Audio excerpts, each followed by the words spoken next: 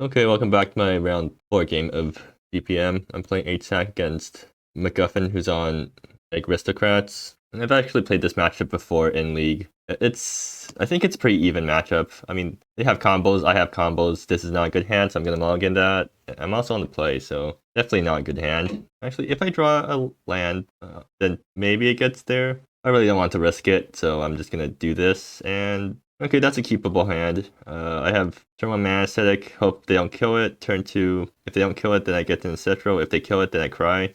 Yeah, let's do this. I did keep, right? Okay, seems like McGuffin also kept. Alright. Do they have a removal spell on 1? If they don't, I get to drop Ancestral Council and fetch out another Lurk, I guess. And hope they don't have removal spells for both my guys. Spinning Oracle. Huh. Well, that's not gonna mean much right now. So here I fetch Slush Oasis because I do need green and blue, and I hope I don't draw any red cards, I guess. Now, what's my plan if they kill my guys? I don't think I have one, so I just hope they don't kill my guys. So yeah, unlike Dreamsight HSAC, I can't fetch Dreamsight here. Like, I can't fetch a general good card draw spell. I have to fetch one of my combo pieces. Oh, Shrelong, what does that do? No, I think I just want to grab more lurks because, right? Like, there can never be too many lurks in hand. And if they kill both, if they kill Ancestral Council, I think I just selected breeding the mana aesthetic into an Ancestral Council. Then that puts me down man. Okay, right. So if they kill my Ancestral, I just breeding into Sanjing and hope that it gets me somewhere. So yeah, I take lurk here and I pass the turn. If they don't kill this thing though, I get to lurk it next turn. Does that get me anywhere? Lets me Ancestral Council, or I mean, lets me Infinite Oracle with a lurk. Alternatively, I can go into Kyoro with nothing in yard, which is not great. Alternatively, I can lurk this into Seeker of the Iris and then Egg of the Iris. Okay, good. They have a slow turn, so or slow start. So if I get a land here, which I do, I can lurk this into Insider, grab this thing back, and then breeding it into Sanjing. Actually, no, I get to breeding for 2, so I get to lurk twice this turn then. That's wonderful. So yeah, that's a play, right? Ancestral, Insider, bring this guy back, grab another lurk, play lurk on the Insider. That gets me to Kyoro. Kyoro finds me Speaker of the Iris, which lets me bounce something else. I mean, and then Kyoro gets attack. Seems really good. Yeah, here I just start off with, come on, this, okay. So I lurked Ancestral Council. Like, that's correct, right? Yeah. And it's always going to be Insider here, right? If I go Fire Tree Seeker into a 5-drop, I get to Infinite Oracle, but then that breaks my chain. I mean, I could just go into Larian Alpha and try to win with that. But I think I want to go into Kyoro because I don't think they can deal with Kyoro. Actually, no, they can pretty easily with whatever that 1-drop thing that blows stuff up is. So if I go into Insider here, grab back Ancestral, lurk, play lurk again, on Ancestral, Insider again. Actually, right, I can lurk right Tree Seeker and then Kyoro that way, and then I can go into 5-drop off that. Yeah, okay, sure. So Insider brings back Ancestral Council. I'm gonna note that it has been Insidered because that's something I keep messing up. Did I fetch Shrelong here? Oh yeah, I should probably keep track of my storm count because this might be a Shrelong turn. Since that's 1 spell, so lurk would be 2, and then like I lurk Insider straight into Kyoro, and then Ancestral that has a breeding. And then I get to free cast a breeding, which doesn't actually hit anything super great. So I want to breeding up here. So yeah, I want to breeding this guy into Speaker, and then okay, yeah, that works. In that case, I'll just grab a lurk because I don't want to think about Shrelong, and I'm probably going to win anyways if this goes through. So I do need a green source, so yeah, I'll grab Flourish Crevasse now. It is selective, yeah. So selected this guy into Speaker of the Iris, which bounds out lurk on Insider, which grabs Kyoro. Oh, they actually don't have a good Kyoro target, huh? Or maybe I do. I just sack the Speaker after the Kyoro attacks, I guess. Or do I? I mean, I get to lurk twice. So that means I go into Layer and Alpha, except I go into Layer and Alpha off this. Like, lurk this guy into Fidden Oracle. I mean, that gets me into Layer and Alpha, but doesn't let me attack with Kyoro again. But like, at the same time, do I need to attack with Kyoro again? Because like, do I need 2 lurks? I don't think I need both lurks. Right. I lurk Kyoro into Layer and Alpha. Actually, that sounds better, probably. I mean, I don't think they can answer that board, so I'll do that. Here's Layer and Alpha. I mean, I still have a lurk in hand and 2 pod effects in the graveyard, so I don't know about you, but I feel pretty good about this. Anyways, yeah, whack you for all these guys. And let's see if they can answer this board. I doubt they can, but maybe they have some trick up their sleeve that I don't know about. They play a swamp, and I'm assuming they just... Okay, what's their 2-mana spell that's gonna save them? Kind of the Veil. Unfortunate. Okay, if I was gonna go for that line, I feel like I probably could have just defeated Oracle instead of Pyoro Ring. I guess going with this line means I keep Ophidian Oracle, and actually no, Ophidian Oracle would have come from deck anyways, because I have a second copy in their main deck. Ophidian would have left me up a card, or no, Luck would be out of my hand. I'm actually not sure which one would have been better. Maybe if I still think Ophidian Oracle probably was better, just because it's cycle the card, and then, okay, let's see, can they block this? I don't think they can, right? I think I should just go to combat here. Can't do anything more ridiculous. Pronouncer, lurk this thing into a 4-drop. Yeah, I don't need to think so much. I just attack here and I win, right? Like, I'm just double checking that I have lethal here. Block. That's barely lethal, huh? Interesting. Well, I think I'm gonna play Pronouncer because, I mean, just to make sure that I have lethal. All my guys have haste anyways. Yeah. So lurk the Pronouncer, right? Which lets me get Kyone. Which lets me get Insider. Actually, yeah, I don't think they can answer this. And that's a lurk from here. So, well, I have to grab from deck because I opened it, so, okay. Sure. And then Kyone just grinds out all of the cards out of my graveyard. So that's lurk again. Do I get Ophidian Oracle instead? Nah, that ends the chain, so I'm just gonna do this again. Do I need to grab Kyone again? Gets me Sanjin, but exhausts my graveyard, so probably not. Instead, I'll just get Ancestral Council in case anything... I don't know what they can have, but maybe they have something that gets them somewhere. So, okay, they're gonna concede. Good. I guess they got tired of seeing me combo out. What do I bring in here? So Jade Vault, definitely. Black Room. They're kind of graveyard-based, but is that enough? Yeah, sure, whatever. Master Negotiator seems decent. Aether World Caravan. Is that good? Well, no, and I need to bring in... Do I need to bring... Okay, Nature's Claim 2. I do want to kill their small stuff, right? Well, the thing is, I'm already bringing in so much crap. I'll bring out Pronouncers and Ophidian Oracle, because that's usually how I side. Actually, I'll try to Conjure. I mean, that card's kind of slow. And that means I get to bring in Solar Flare. Right. Actually, Meteor Harbinger, because I want to blight the board. I mean, sometimes. Yeah, Meteor Harbinger I don't think is that great. Solar Flare, yeah, sure, I'll go with this loadout. Makes me slower though, because I boarded out all the Pronouncers, but whatever. And this is a really slow hand. Can I even keep this? I have nothing to do on the first 3 turns. Yeah, I'm gonna mulligan. This is... Sure, let's keep this. If they kill my Mass Headache, it's still not the end of the world, because I have another Mass Headache. And if they kill that one, then I guess I'm kind of screwed. What am I ramping into? Like, what do I do if I don't draw lands and they kill my Mass Headache? I guess I just cry if that happens. I keep 5. Okay, that's a good sign for me. If I do draw a land next turn, then I get to ramp into Conjure, which is probably fetching Sanjing, because this deck doesn't run Pensive Sunrise anymore, so you can't conjure into a bound lurk or something. I mean, conjure into something that lets you go into lurk. I'd Hollow Lich, sure. More lurks, huh? Yeah, this Conjure's looking like it's gonna fetch a Sanjing. Mystery Cataract should probably fetch a blue source. Doesn't mean that I'm gonna be losing a lot of life. I get away with just a forest. Like, how screwed am I if my Mass gets killed and I only fetch a forest?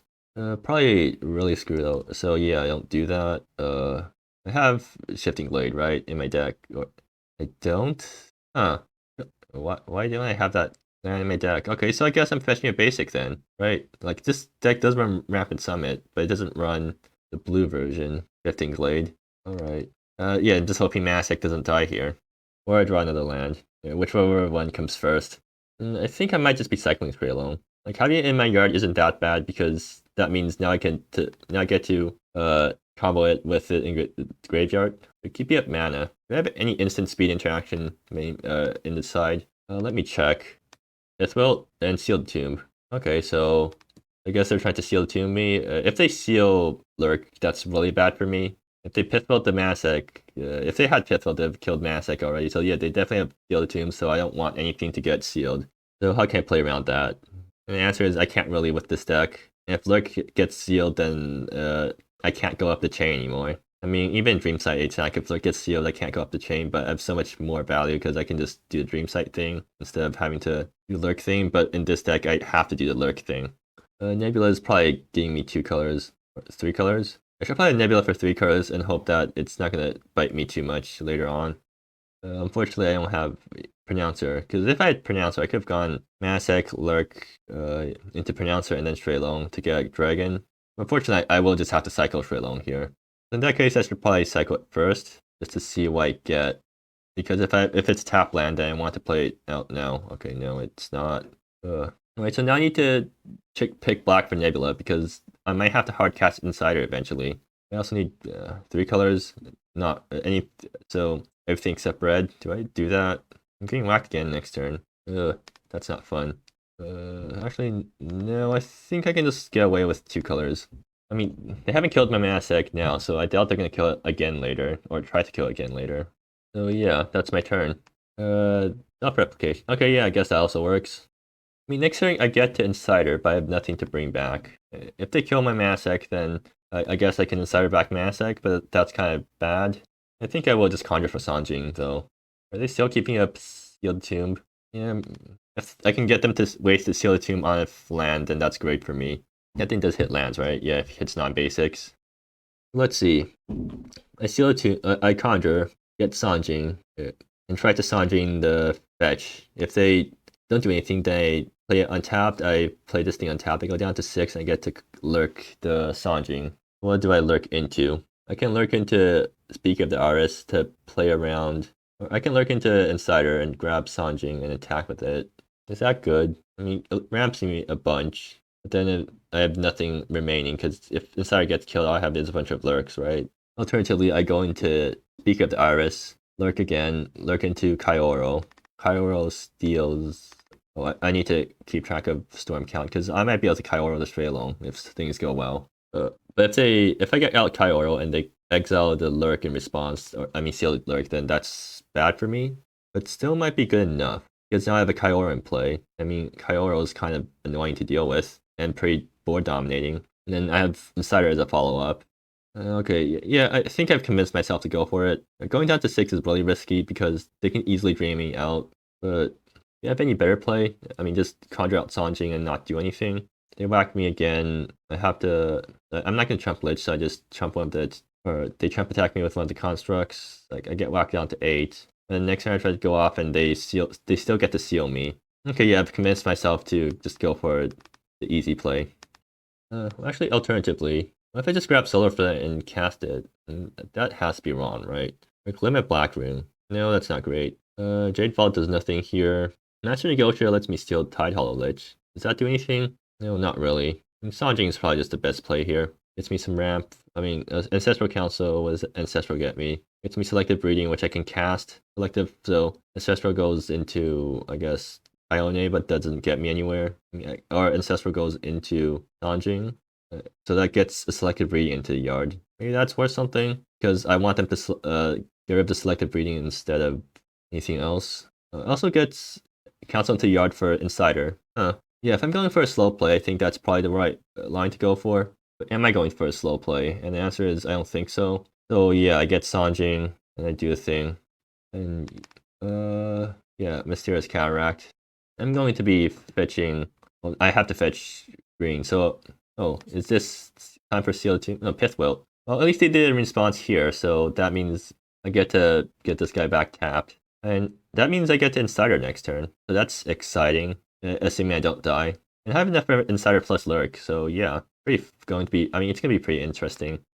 So I guess they don't have Seal the Tomb. I mean, this doesn't put them off Seal the Tomb because they could still be they can still have Seal the Tomb in hand, and they would just hold up Pithwilt. I mean, you would hold up Pithwilt anyways, so it's not an indication of anything. How close am I to dying? 3 guys. If they have an Egg of Avarice, they can grab their Vault Keeper. Plasma Enforcer. Okay, they don't have Vault Keeper, because if they had one, they would drop it already.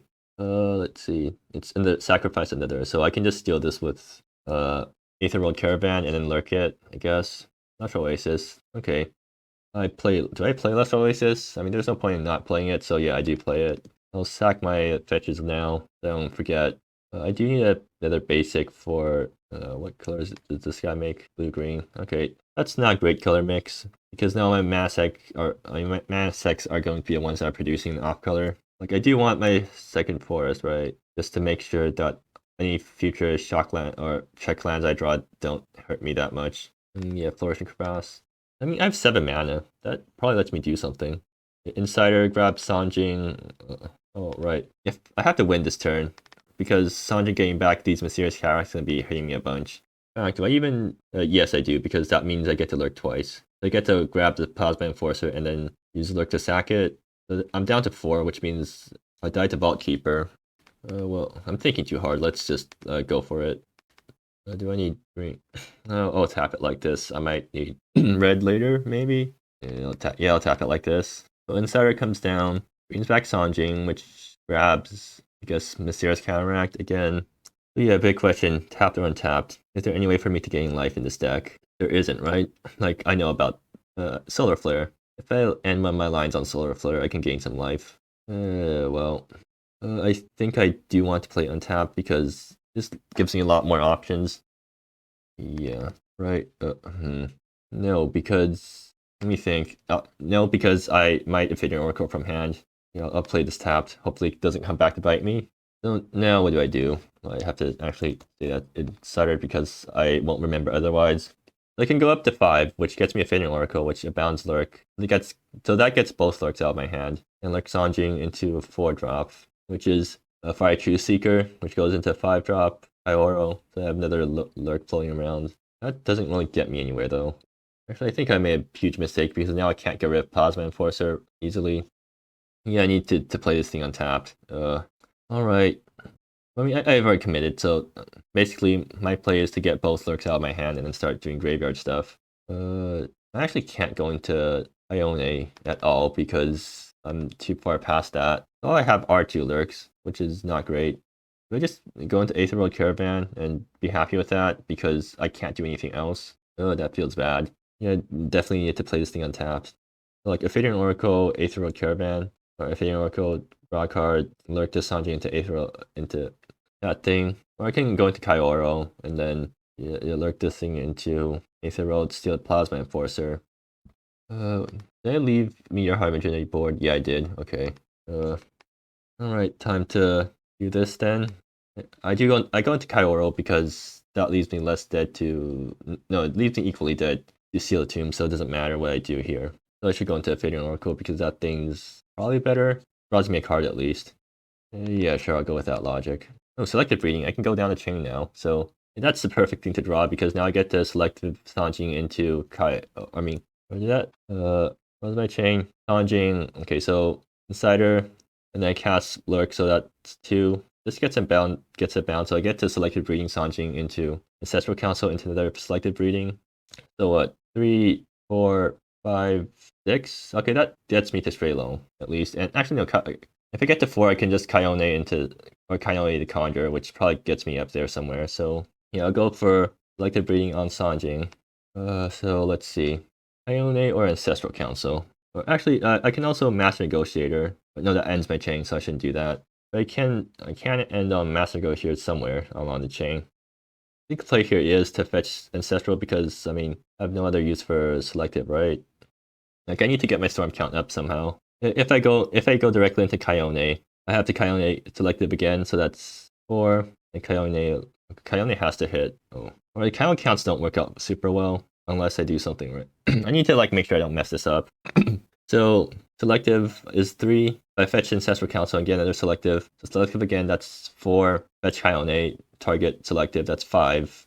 Oh, that's 5, and then 6. Okay, that works out, but that gets rid of all my Kyones, but that does work out. So yeah, Ancestral, get another Selective, very Selective on Ancestral, Kyone into Kyone, and there we go, Stray Loam technique. There, and I get all 6 cards back with it. Wonderful. Got there. Amazing. Finally got Stray Loam off. So that's untap 6 lands. That's all my lands. Return 3 cards. I want to return all of them, right? I can cast all of them. Yeah. So now what? Because I get to continue doing stuff now. What does Insider get me? Insider, I can grab all my Insiders from deck. Deal. Okay, McGuffin just concedes. They don't want to wait through it anymore. I'm not actually sure if I could have won that turn, but I guess they didn't have any other ways to. Like, they didn't have Vault Keeper plus another guy to drain me, so they just assumed they lost. Well, I mean, the deck did what it was meant to do, at least. Although, I don't think my opponent liked it very much, because, yeah, that took a while. But I guess that's just what 8-sack does. I probably shouldn't play it again next GP, because people are gonna hate me for it. Like, it's just not a fun deck to play against when I'm piling it, because it takes so long thinking through my lines. Even if it does get there somehow. But yeah, Shrey Long coming through. That's exactly what the deck's supposed to be trying to do during their big combo turns. And yeah, I guess I'm making it into the top cut. So see you there.